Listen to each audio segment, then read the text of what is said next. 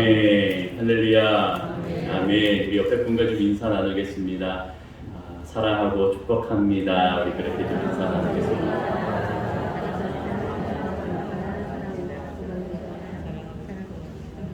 10초도 안 걸렸습니다.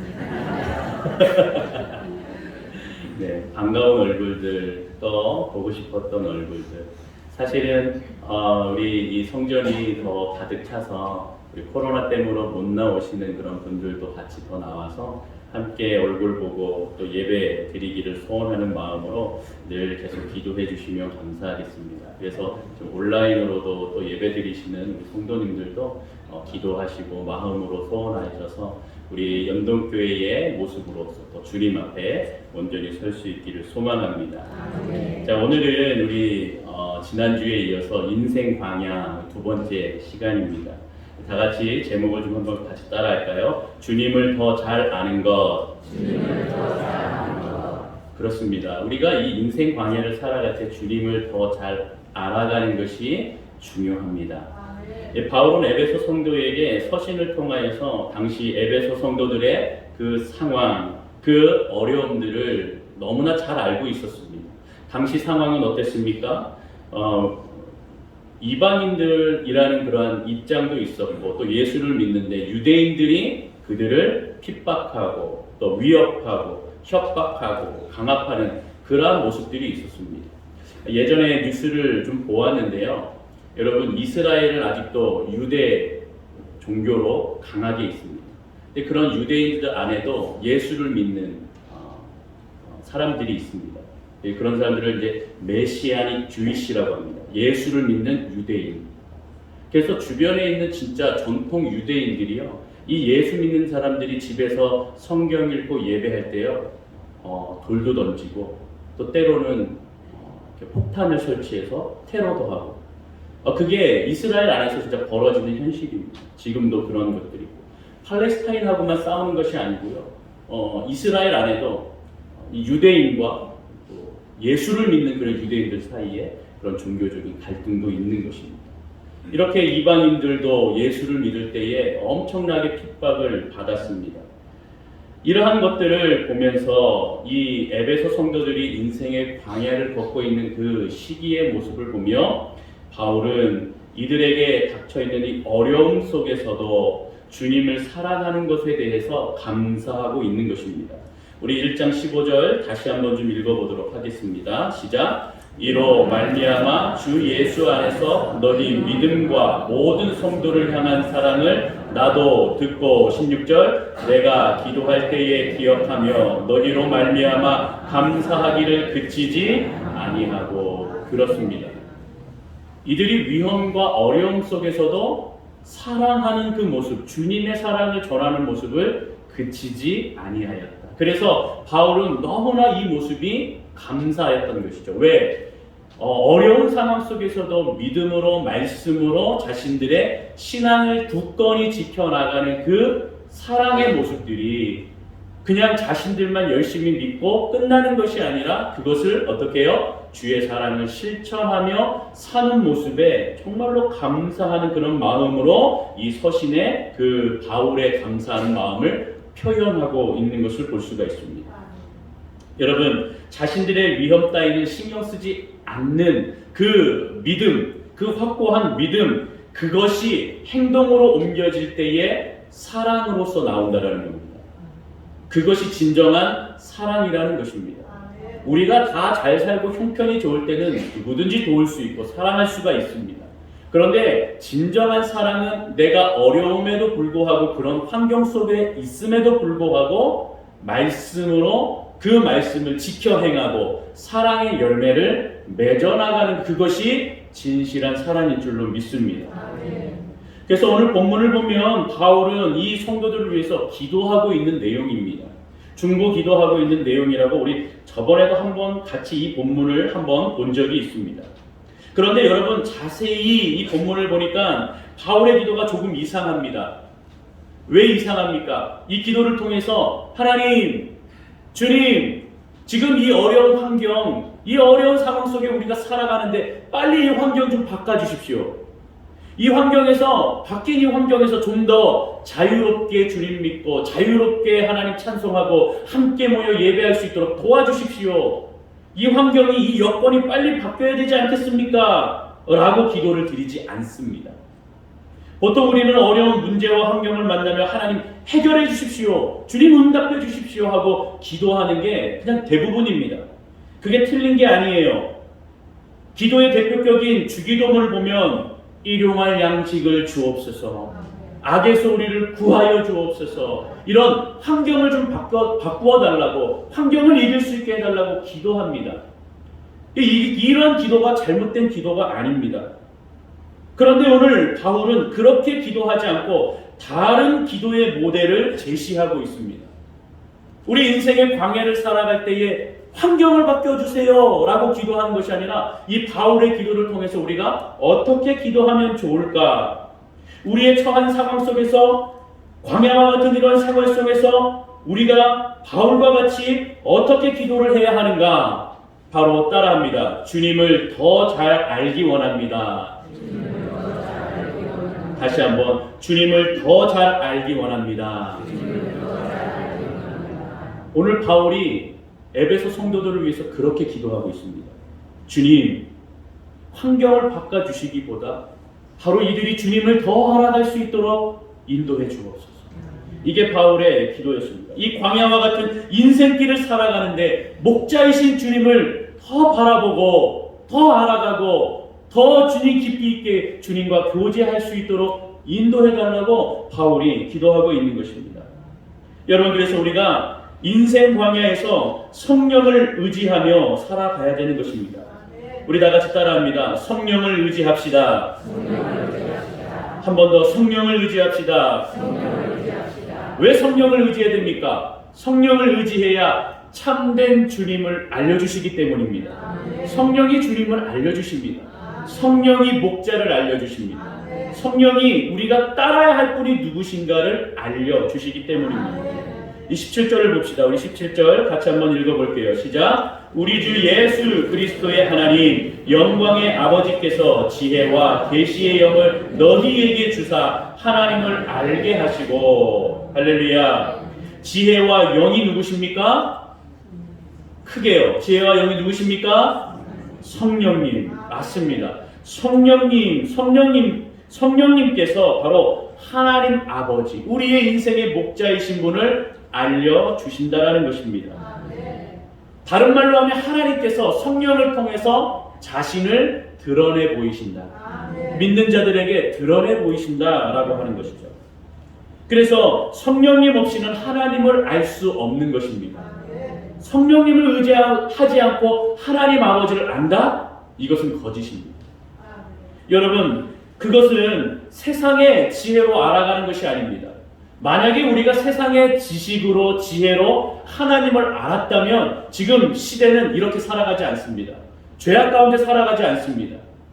그냥 인간적인 생각에 상식적으로 하나님이 어떤 분인지 그것을 안다면 모든 사람들이 주일날 교회에 가서 예배드리고 또 자신의 삶을 회개하고 매일매일 삶에서 주님이 역사하심을, 주님의 예배함을, 그것을 통해서 하나님 앞에 회개의 역사가 일어날 것입니다. 그런데 인간적인 상식으로 알 수 없는 것입니다. 성령을 통해서만 하나님 아버지께서 자신을 드러내 보이시고 우리에게 알려주신다는 그 사실을 잊지 마시기를 바랍니다. 그렇기 때문에 성령님을 의지해야 됩니다. 하나님은 세상의 지식으로 알 수 있는 분이 아니십니다. 그렇기 때문에 우리가 주님 앞에 온전히 서야 합니다. 주님을 알고 주님 앞에 나아갔을 때에, 처음 주님을 만났을 때에 우리는 어떻게 합니까? 바로 회개합니다. 회개의 역사가 일어나는 것입니다. 진짜 인간의 지식으로 주님을 알았다면 이곳저곳에서 정말 우리 한국 땅뿐만 아니라 온 세계가 주님 앞에 회개하는 역사가 일어났을 것이죠. 여러분, 그런 역사가 물론 선교지에 일어나고 있습니다. 그런데 성경에서 보면 그런 역사가 있음을 우리가 또 볼 수가 있는 것이죠. 요나서 3장 4절부터 10절까지의 모습을 보면 우리가 잘 아는 요나가 니느웨 성에 가서 어떻게 역사하였고 그 결과가 어땠는지를 보여주고 있습니다.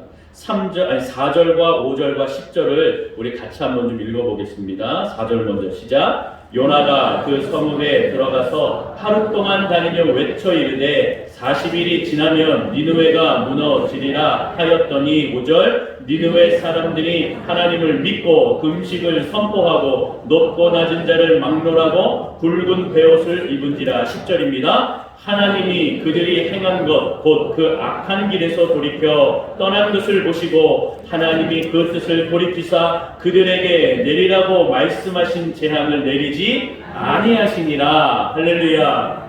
그래요. 여러분, 요나가 이 니느웨 성에게 40일이 지나면 이 니느웨가 망합니다. 여러분들의 죄악 때문에 망합니다. 회개하고 돌아오십시오. 주님 앞에 나아가십시오. 라고 얘기했더니 저 사람 미친 거 아니야? 라고 얘기한 게 아니라 니느웨 사람들이 그것을 믿었다. 그래서 하나님 앞에 다 나왔습니다. 하나님 앞에 나오고 니느웨 사람들이 그리고 굵은 베옷을 입고 니느웨 왕이 선포하였습니다. 우리 금식합시다. 함께 주님 앞에 기도합시다. 그렇게 기도하였더니 10절에 하나님이 그들이 악한 길에서 돌이켜 떠난 것을 보시고 재앙을 내리지 아니하였다. 여러분, 왜 망하는 겁니까? 왜 안 되는 겁니까? 왜 멸망하는 것입니까? 바로 하나님을 알지 못하기 때문입니다.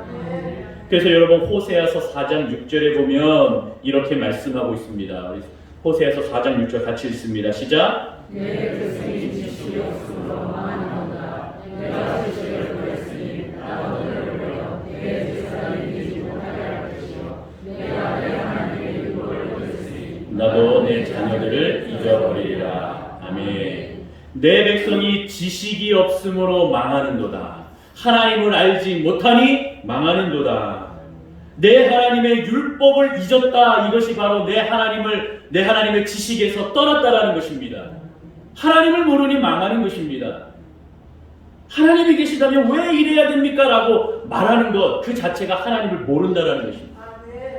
하나님을 모르기 때문에 망하는 것입니다.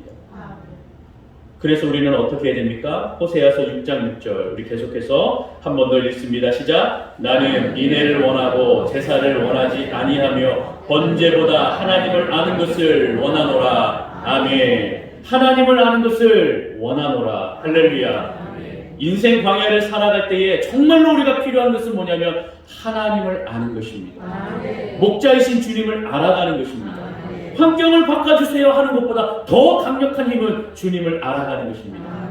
이 인생의 광야 속에 주님을 알아가 내가 주님을 온전히 따라갈 수 있게 도와주옵소서. 여러분, 그래서 우리가 금요일날도 얘기했지만 우리 금요일날 오시는 분들은 계속 이 인생의 광야에 대해서 설교하고 있고 기도에 대해서 설교하고 있거든요. 의의 길로 인도하시는 그 주님을 만날 수 있습니다. 양이 가는 의의 길은 어디입니까? 곧장 그냥 성공의 길이 아닙니다. 곧바로 뭔가 가는 길이 아닙니다.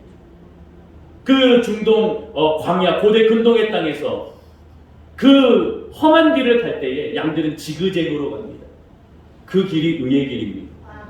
하나님께서 인도하시는 목자는 그냥 곧은 길 바로 올라가는 넓은 길로 인도하시지 않습니다. 인생의 모습에서 성공도 맛보게 하시고 어려운 것도 경험하게 하십니다. 그리고 자신을 그렇게 하면서 자신을 다 내려놓게 합니다.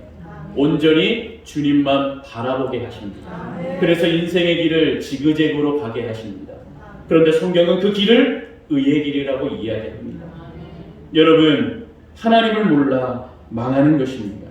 하나님을 아는 것이 필요합니다. 우리가 인생의 광야를 갈 때에 하나님을 알게 해 주옵소서.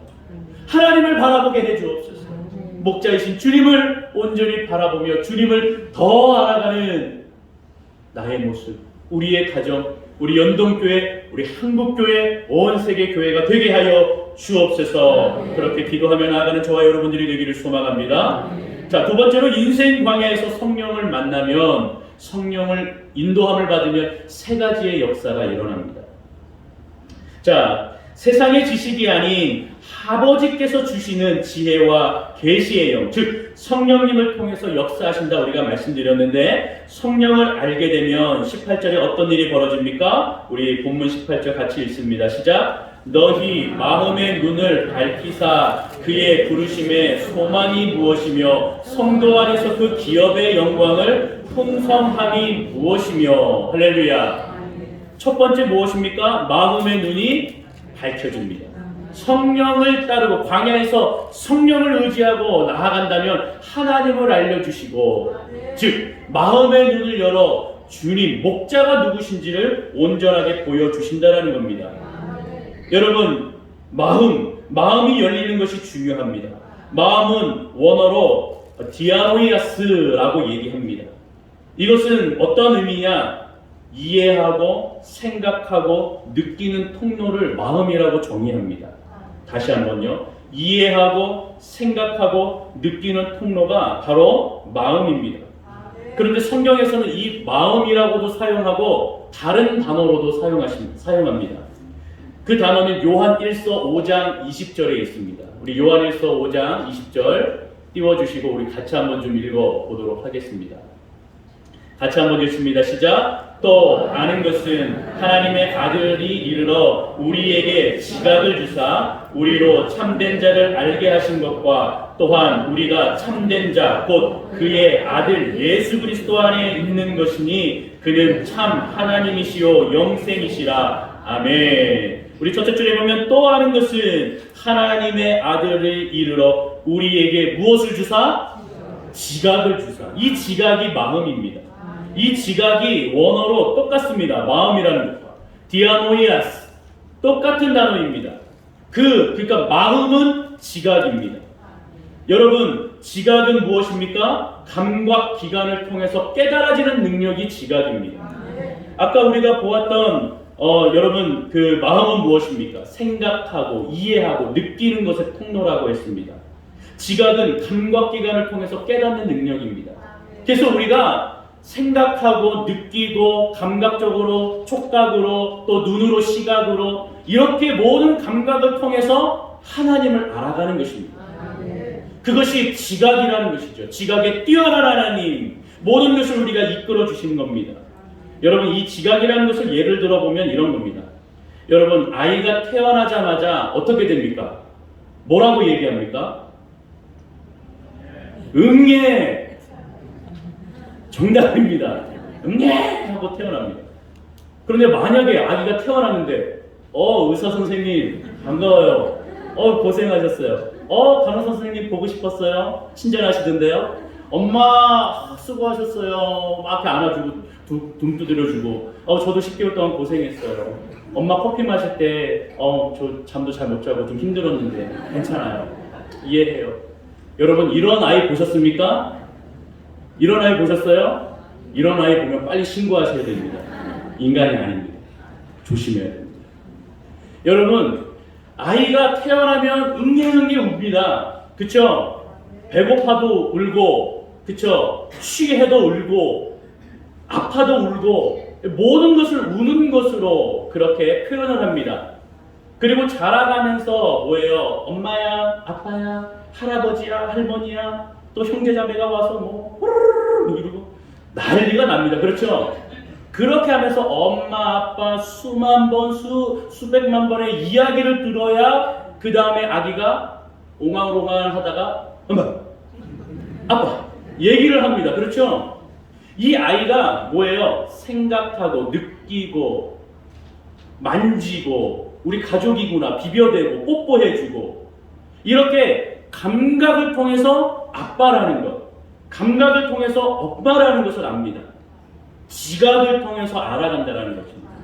우리가 인생 광야를 통해서 살아간다면 하나님을 이렇게 알아가는 것입니다. 그냥 멀리 있는 분으로 여기는 것이 아니고 가까이에서 나를 안아주시고 나에게 말씀하시고 나에게 얼굴을 비벼대시고 내가 하나님이야 라고 말씀하시는 것, 이것이 지각에 뛰어난 하나님이라고 얘기하는 것입니다. 그런 하나님이 우리와 동행하시고 우리와 함께 하시고 이 인생 광야를 같이 걷고 동행하시는 분이신 줄로 믿습니다. 여러분, 지각이라는 것은 이것입니다. 이렇게 우리와 함께 하시는 것이 바로 사랑의 열매로 맺어지는 것입니다. 우리도 하나님을 처음 알아갈 때에 몰랐습니다. 그렇죠? 근데 주님이 나를 만나주시고 그 매일매일 삶 가운데에 내가 죄인이라는 것을 깨닫게 해주시고 주님과 그렇게 동행하면서 마음으로 생각으로 느끼면서 그러한 감각과 지각을 통해서 주님을 알아가는 것입니다. 이것을 성경에서 마음의 눈이 열렸다라고 표현합니다. 믿음의 눈이 열린 겁니다. 믿음의 눈 어떤 겁니까? 하나님 아버지시군요. 하나님이셨군요.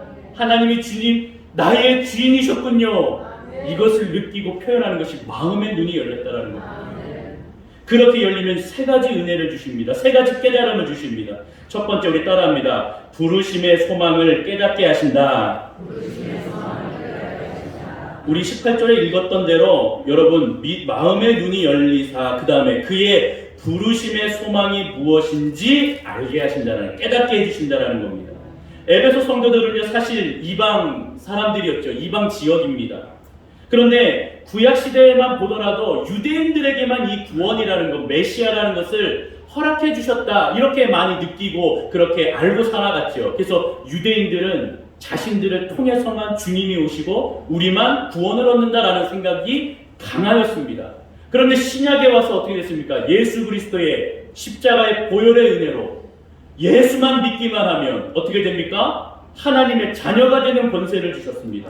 그리고 모든 은혜 가운데 이방인들을 포함한 모든 민족에게 하나님의 복음의 역사가 확장되어지고 열려진 것을 보게 하셨습니다.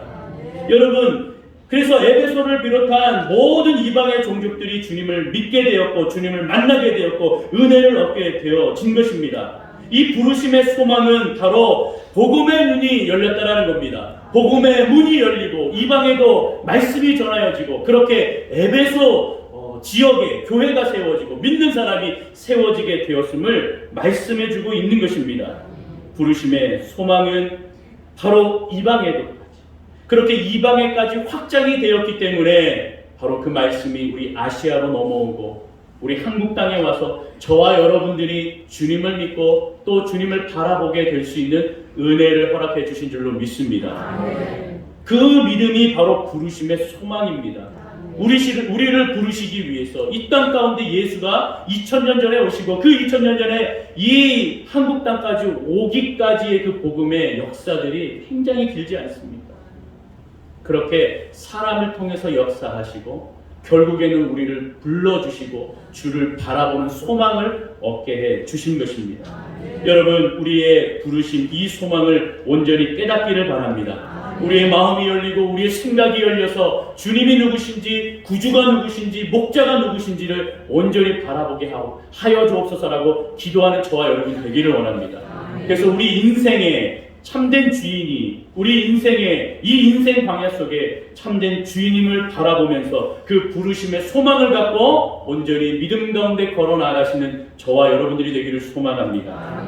두 번째 깨닫게 되어지는 것은 무엇이냐면 바로 성도 안에 기업의 영광의 풍성함을 주신다라고 하는 겁니다.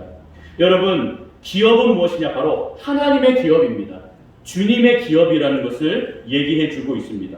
하나님의 기업은 그러면 누구입니까? 우리 구약에 보면 신명기 4장 20절에 하나님의 기업을 소개하고 있습니다. 우리 다 같이 한번 읽어보겠습니다. 시작! 여호와께서 너희를 택하시고 너희를 새 풀무불 곧 애굽에서 인도하여 내사 자기 기업의 백성을 삼으신 것이 오늘과 같아도. 아멘. 자기 기업의 백성을 삼으셨다. 즉 이스라엘이 하나님의 기업이었습니다. 하나님의 기업은 즉 이스라엘이었다는 것을 우리가 알 수 있습니다. 자, 그런데 신약에 와서 이것은 좀 더 바뀌었죠. 자, 우리 본문 11절, 우리 에베소서 1장 11절, 우리가 읽지는 않았지만 11절을 같이 한번 읽어봅니다. 시작! 모든 일을 그의 뜻의 결정대로 일하시는 이의 계획을 따라 우리가 예정을 입어 그 안에서 할렐루야, 그 안에서 우리는 주님의 기업이 된 줄로 믿습니다. 그러니까 하나님의 기업, 저와 여러분들이 하나님의 기업이에요. 기업. 그런데 여러분, 그래도 좀 모르겠습니다. 기업이 뭡니까? 교회와 성도가 기업인데 그럼 그 기업은 뭡니까? 자, 기업이라는 것은 주님께서 알려주셨습니다. 요한복음 17장 24절에 보면 마지막 예수님께서 이제 로마 군대에게 잡히시기 전에 겟세마네 동산에서 기도하셨어요. 그래서 우리 제자들이 우리가 성부, 성자, 성령이 하나인 것처럼 그들도 하나가 되게 하옵소서 하는 내용을 통해서 이제 17장이 시작이 되는데 그 17장 24절 우리 함께 같이 한번 읽어봅니다. 시작! 아버지여 내게 주신 자도 나 있는 곳에 나와 함께 있어 아버지께서 창세전부터 나를 사랑하심으로 내게 주신 나의 영광을 그들도 보게 하시기를 원하옵나이다. 아멘. 우리 거기에 나를 사랑하심으로 내게 주신 나의 영광을 그들로 보게 하시기를 원합니다. 아멘. 이것이 기업입니다. 기업은 무엇이냐면 바로 하나님의 나라에 서는 것, 그것이 기업입니다. 이스라엘뿐만 아니라 모든 주의 백성이 하나님의 영광 가운데 서는 것, 그것이 바로 기업이라고 말해주고 있는 것입니다. 그러니 하나님의 아들을 예수 그리스도, 하나님의 아들이신 예수 그리스도만 그 영광을 누리는 것이 아니라 바로 그 믿는 자들도 함께 보고 누릴 수 있도록 하시는 것이 그것이 기업입니다. 나의 영원하신 기업 생명보다 귀하다. 하늘나라에서 하나님과 함께하는 것이 우리의 기업이 되는 줄로 믿습니다. 여러분, 그래서 요한복음 1장 12절에 주님을 영접하면 우리가 하나님의 자녀가 되는 권세를 주셨습니다. 아버지 하나님을 통하여서 예수 그리스도가 누릴 수 있는 모든 영광을, 그 아들의 영광을 우리에게도 보여주시고 깨닫게 하시고 느낄 수 있게 해주시는 겁니다.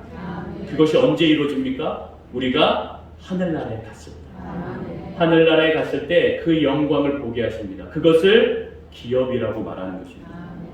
그러니까 여러분, 그 기업이 우리에게 허락되었습니다. 그래서 마음의 눈이 열리고 성령을 의지하고 따를 때 그것을 우리가 믿고 볼 수가 있는 것입니다. 세상의 지식으로 볼 수가 없어요.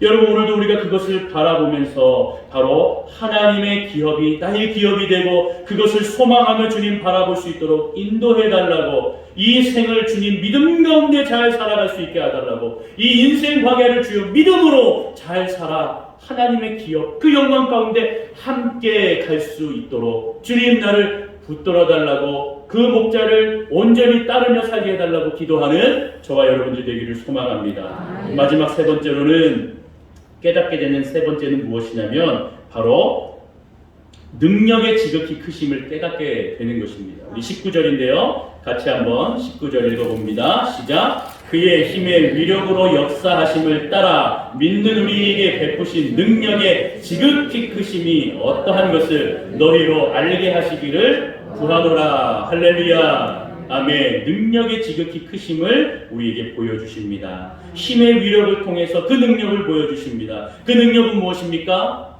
따라하십니다. 예수 그리스도의 부활. 다시 한번, 예수 그리스도의 부활.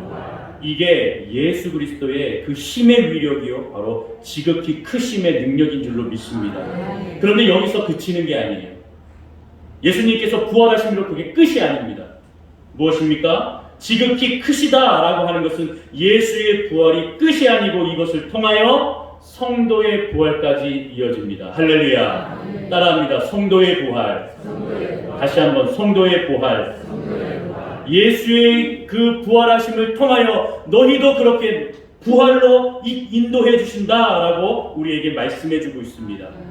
요한복음 14장 2절과 3절입니다. 우리 같이 한번 좀 읽어보도록 하겠습니다. 시작! 내 아버지 집에 거할 것이 많도다.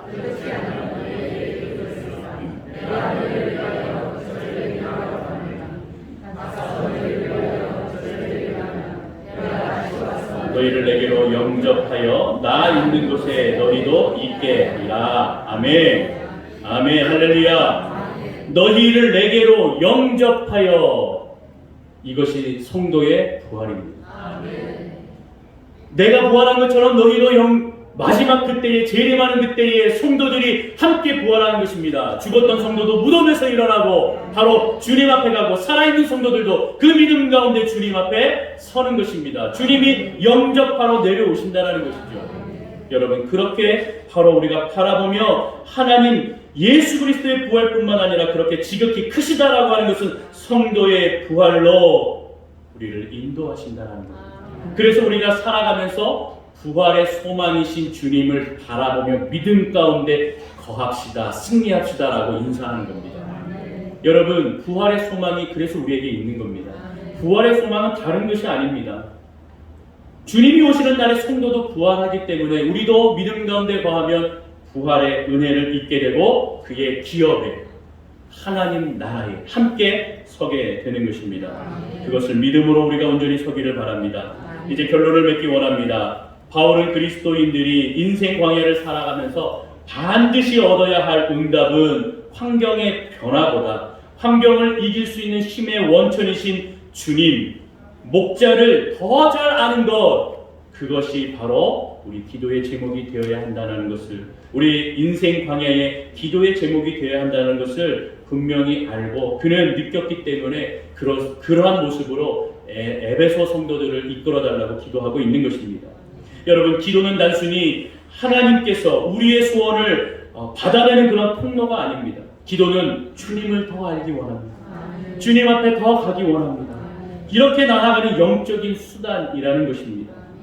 그래서 여러분, 이사야서 64장 7절에 주의 이름을 부르는 자가 없으므로 스스로 분발하여 주를 붙잡는 자가 없사오니 이는 주께서 우리에게 얼굴을 숨기시며 우리의 죄악으로 말미암아 우리가 소멸되게 하셨습니다 라고 그렇게 고백하고 있는 것입니다. 여러분, 기도는 주님을 붙잡는 은혜의 수단입니다. 다 같이 따라합니다. 기도는 주님을 붙잡는 은혜의 수단입니다. 여러분, 그렇다면 우리가 오늘부터 기도의 제목이 좀 바뀌어야 되고 기도하는 모습이 조금씩 좀 바뀔 필요가 있습니다. 물론 환경이 변화되기를 원합니다. 이 기도도 틀린 것이 아니라 있습니다. 계속 구하십시오. 그러나 참된 하나님, 우리의 목자이신 주님을 온전히 더 알아가게 해주옵소서.